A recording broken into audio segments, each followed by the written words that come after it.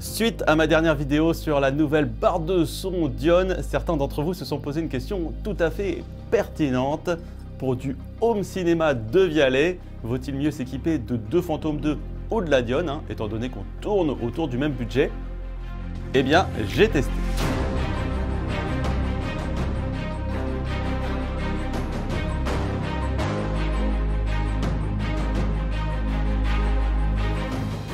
Bonjour à tous, c'est Benji, bienvenue sur la Cobra TV et dans l'appart. Aujourd'hui, je suis allé récupérer deux Phantom 2 version 98 dB, ce sont les plus puissantes. Je vais les installer en mode home cinéma là autour de mon téléviseur Sony et vous faire un petit comparatif avec la Dione en 4 étapes. 1. On configure, 2. On regarde les compatibilités, 3. On se fait des écoutes home cinéma. Et 4, on se fait des écoutes en musique et je vous donnerai également mon ressenti afin que vous compreniez bien la différence entre ces deux configurations. C'est parti.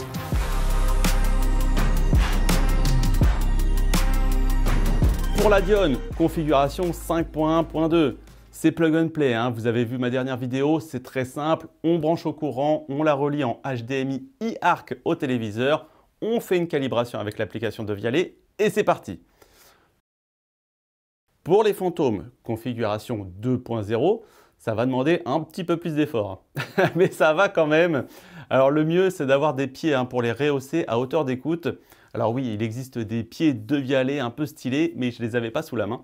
Donc voilà. Pensez à les orienter vers le point d'écoute. Ça, c'est très important. On a pu le voir dans les labos de DxOMark. Ces petites bêtes sont assez directives dans le son. Donc, direction l'auditeur. Alors les deux sont reliés au courant, on les configure via l'application, on les associe en stéréo sans fil, on assigne celle de gauche et celle de droite et le petit truc sympa d'ailleurs dans l'appli, c'est qu'on peut intervertir assez facilement droite et gauche au cas où on se serait trompé et puis on peut également checker en envoyant un petit signal sonore sur l'une ou l'autre pour s'assurer que tout fonctionne parfaitement. Et enfin, la liaison avec le téléviseur se fait avec un câble optique. Alors attention, le Phantom n'a pas d'entrée optique, donc on devra mettre un adaptateur Toslink Jack sur le câble pour le brancher sur le Phantom désigné comme maître de la stéréo. Et finalement, on le relie à la sortie optique du téléviseur. Donc là déjà, d'un point de vue connectique, vous allez voir, ça entraîne beaucoup de différences entre les deux configurations. Pour que vous compreniez bien la différence, je vais vous afficher un tableau des différents formats audio supportés par ces deux connectiques. Il faut bien prendre en compte que l'optique, c'est une vieille technologie et ça ne fait passer qu'un nombre limité de signaux audio avec un flux de 384 kilobits seconde contre 37 mégabits sur le HDMI iARC. On passe de kilo à méga, donc le gap est plutôt énorme. Alors concrètement, ça veut dire quoi? En optique, vous aurez de la stéréo ou au mieux une réinterprétation du signal 5.1 en compressé. Voilà, donc pour tout ce qui est information Atmos, elles seront ignorées. De son côté, l'HDMI iARC ne présente aucune limitation et supporte tous les formats audio HD. Une autre différence occasionnée par ces deux connectiques, l'HDMI iARC prend en charge le CEC, c'est-à-dire que la barre de son va en quelque sorte se lier au téléviseur. Elle s'allume en même temps que le télé, le son du télé devient celui de la barre de son. Et lorsqu'on prend la télécommande du téléviseur, on prend le contrôle du son de la barre de son. Cela s'affiche souvent comme système audio dans la barre de volume sur votre télé. Voilà, ça c'était un truc que j'avais oublié de vous dire dans la précédente vidéo sur la Dione. En optique, par contre, le son des Phantom sera indépendant de celui du téléviseur. C'est-à-dire que on gardera le contrôle du son du télé en parallèle. Et vous ne pourrez pas interagir sur le volume sonore des Phantom avec la télécommande du téléviseur. Ce sera soit avec l'appli de Vialet, soit avec une remote de Vialet en option, ou soit directement sur le pavé tactile des enceintes. Alors vous allez me dire, donc on peut mettre le son du télé en même temps que sur les enceintes pour tout faire jouer de concert? Oui, on peut, mais c'est une mauvaise idée. Alors pourquoi? Autre chose à prendre en compte, le délai, c'est-à-dire le délai que met le son à transiter par le câble optique n'est pas instantané comme avec l'iARC. C'est-à-dire que le son n'arrive pas exactement en même temps que l'image. Ainsi, si vous laissez le son du TV activé, vous allez avoir un petit écho dans le son. Donc, on met le son du TV à 0. Alors, soyez rassurés, hein, le délai peut être réglé depuis l'application et amené à 0,06 secondes, ce qui est quasi imperceptible. Mais bon, c'est là. To bring Dolby Atmos into your home, you'll need a way to play or stream Dolby Atmos content. To bring Dolby Atmos into your home, you'll need a way to play or stream. Allez, on passe aux écoutes maintenant. Je peux vous dire que je me suis pris la tête, hein. Je me suis fait 1 heure d'enregistrement de films, de musique en Dolby et tout. Alors évidemment, hein, je ne vais pas tout vous mettre et j'ai coupé. Allez, je vais vous partager des écoutes enregistrées avec le casque Smart Headset Ambeo de Sennheiser qui capte le son en binaural avec ses petits micros et qui va vous offrir une reproduction assez proche de la spatialisation du son que j'ai ici dans ma pièce. Donc bien sûr, ce sera à écouter au casque. Vous allez voir que ce n'est pas forcément facile de départager les deux systèmes au premier abord. C'est pourquoi je vous donnerai mon ressenti au fur et à mesure des extraits.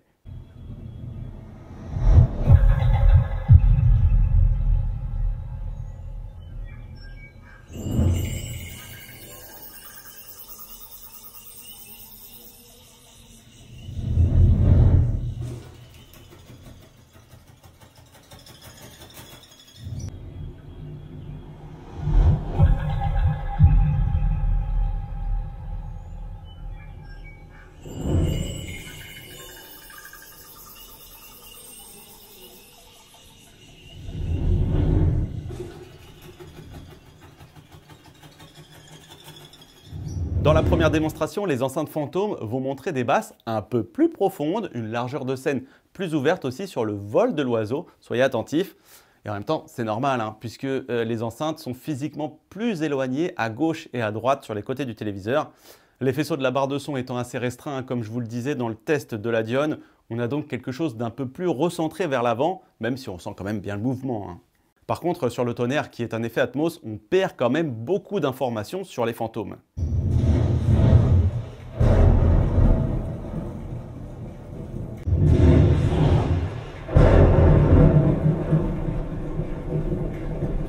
C'est d'autant plus flagrant sur la démo de la pluie calibrée pour les effets Atmos.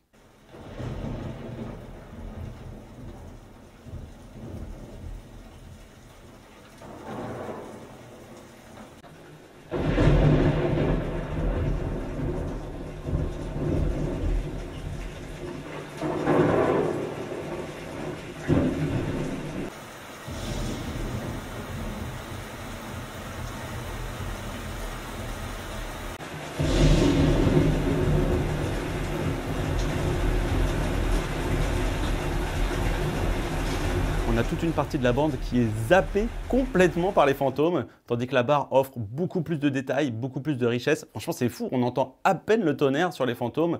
Expérience donc beaucoup plus immersive avec la Dione.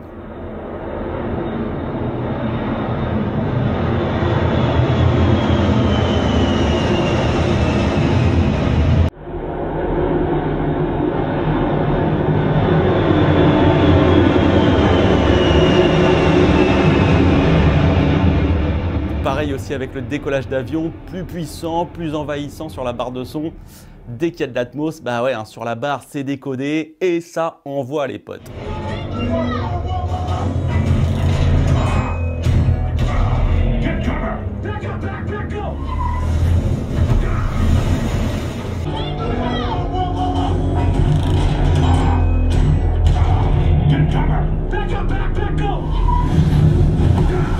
Alors ensuite, en visionnant des films, on retrouve un tout petit peu plus de clarté dans les voix sur les fantômes, mais c'est très léger. Enfin, une chose difficile à percevoir, je pense, dans les enregistrements, c'est les transitions de mouvement du son gauche-droite. Et si sur la barre de son, c'est bien fluide, sur les enceintes, si on y prête attention, c'est un petit peu plus saccadé, j'ai envie de dire. Parfois, les dialogues, on les entend à gauche, puis à droite, puis un peu au milieu.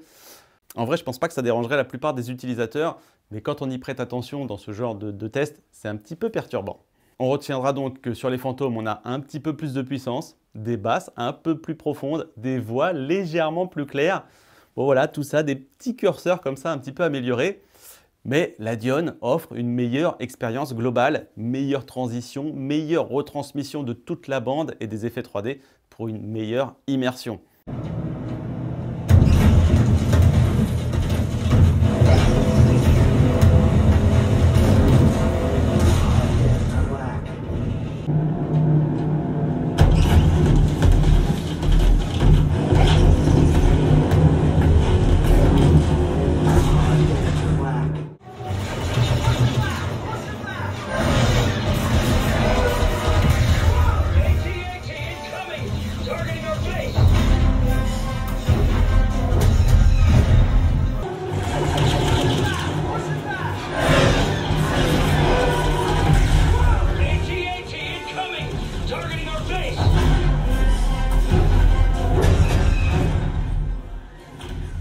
En ce qui concerne la musicalité, eh bien, mes impressions se confirment, hein. Cette barre de son sonne vraiment super bien.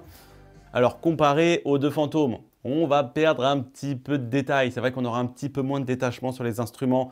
Les voix seront un poil moins claires dû à cette signature là, axée sur le bas médium, là, sur le home cinéma. Mais vraiment, vraiment, on est très bien là-dessus. Pour une barre de son, c'est assez ouf, croyez-moi. Allez, je vous propose d'écouter un premier morceau et écoutez bien les voix. Oh, let's start the news.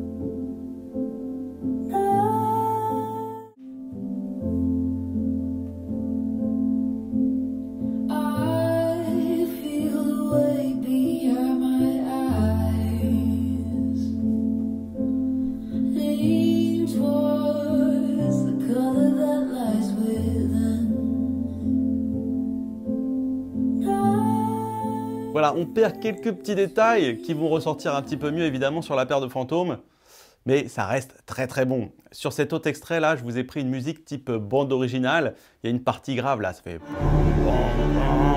Eh bien, soyez attentifs là, il va y avoir des petites notes d'aigus.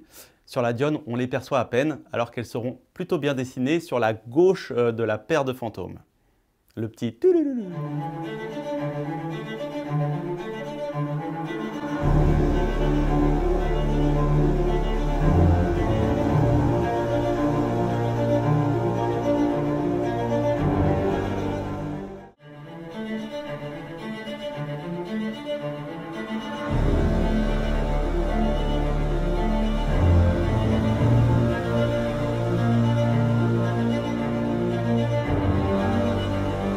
Enfin, à volume élevé, eh bien ça tient toujours la route les amis. Écoute fluide, agréable, bonne présence en basse et en aigu. Wow, franchement, on est quand même vraiment bien.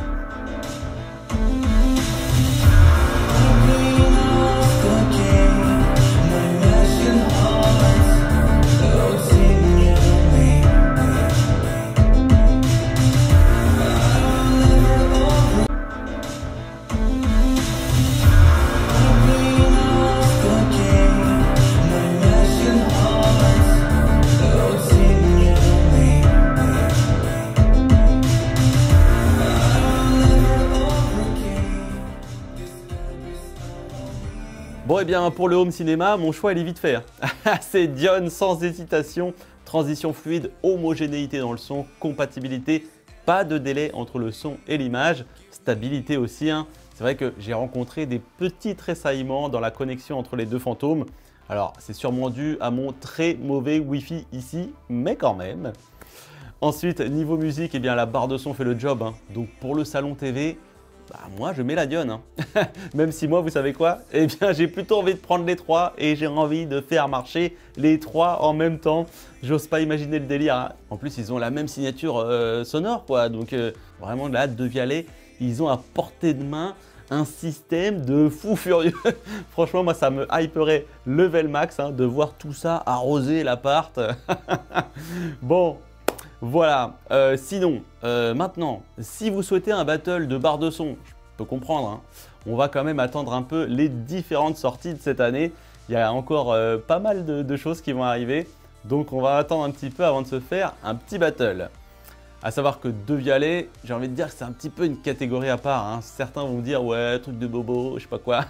Mais non, quoi, c'est des produits coup de cœur, les gars. Ouais, peut-être un petit peu déraisonnable. Mais voilà, les produits De Vialet, eh ben, ils suscitent une émotion particulière. C'est un truc que tu kiffes, quoi. Voilà, c'est comme ça.